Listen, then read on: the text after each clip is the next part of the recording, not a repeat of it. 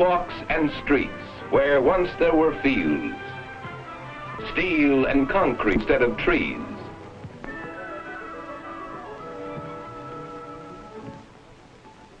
New York, Washington, Chicago, Philadelphia, Pittsburgh, American cities, big, bigger, biggest, all have one important thing in common.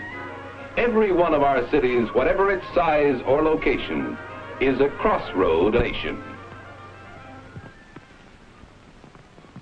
The first settlements were founded as transfer points, where there was a change from one form of transport to another. For from the beginning, tools were needed, as well as medicine, clothing, weapons, goods they could get from Europe only by trade. And trade, as always, was dependent on transportation, by land and by water. So towns sprouted around busy harbors, handling goods and passengers. First on the East Coast, then on the Gulf, much later on the West Coast. Other cities likewise began as river or lake transfer points on the great inland waterways.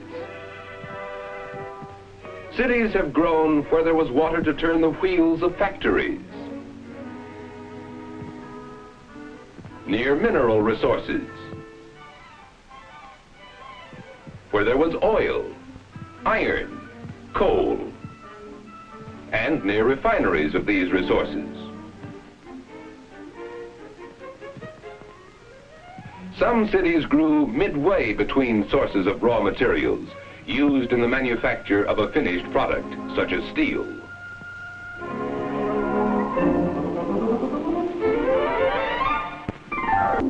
Others grew near inland transfer points, where products of the surrounding rural region were brought to be stored or shipped to larger markets.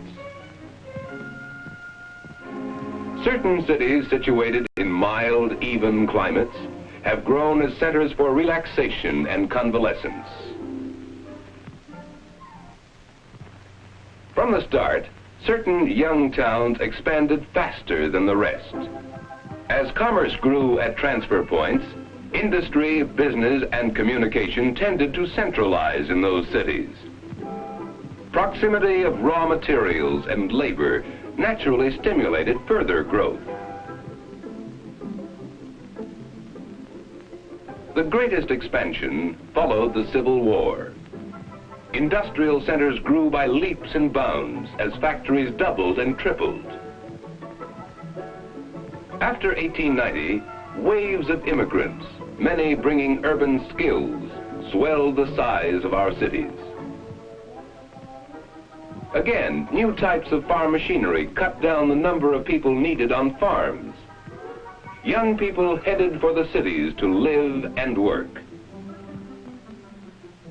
And with the passing decades, those cities grew fastest that were situated as transfer points handling goods and services of the nation's most productive areas. Physically, a handful of our cities were planned from the start, like Washington's famed wheel and spoke design, and the gridiron pattern, a popular 19th century city plan. But due to the incredibly rapid expansion, most cities outdistanced their planners, when there were any, and grew into a maze of complexity and confusion. This is the profile of a city, any city. To the left is the center of business. Next is the zone of warehouses, terminals, and old homes. Moderately priced apartments occupy the third zone. The fourth zone has single-family homes. When a metropolitan area grows, these zones expand to take in more area. Politically, metropolitan areas often straddle state and county boundaries. Included in these areas are many small political units, cities, villages, townships. there's overlapping, duplication, and conflict in government functions of these various units as regards highways, schools, water supply, and taxes. A city's problems increase with its size. Because of this lack of disciplined planning, many of our large cities have paid a terrible price. High land values and crowded buildings, crowded streets, traffic jams and costly delays in distributing goods, a general decline in warm neighborly relationships.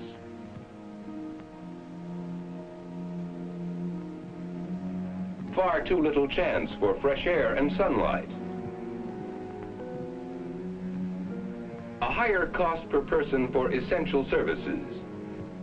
It has even become difficult for the average citizen to actively take part in his local government. But we've come a long way to an exciting era.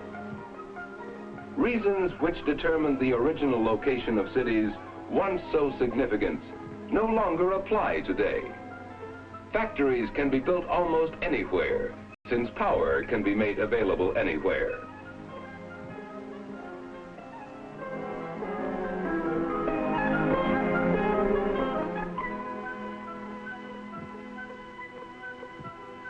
Instantaneous communication makes it possible for parts of a single company to be hundreds of miles apart.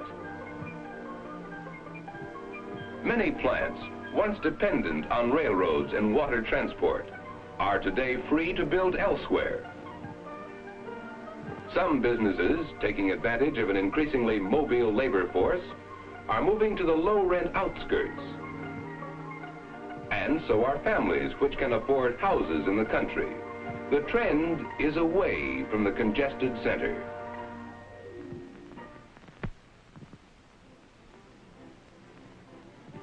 A difficult, perplexing job faces today's city planners. We must work within the limits of a basically rigid structure. Whole sections of buildings must be blasted to make way for new avenues and boulevards, new schools, new playgrounds, low-cost housing developments, more efficient, more healthy. Though plagued by such problems as health, housing, and traffic, the very size of a large city has certain definite advantages. In an abundance of special services, a variety of employment, up-to-date facilities, and a city with its large, interested audiences encourages a rich cultural life, concerts, galleries, lectures, the theater.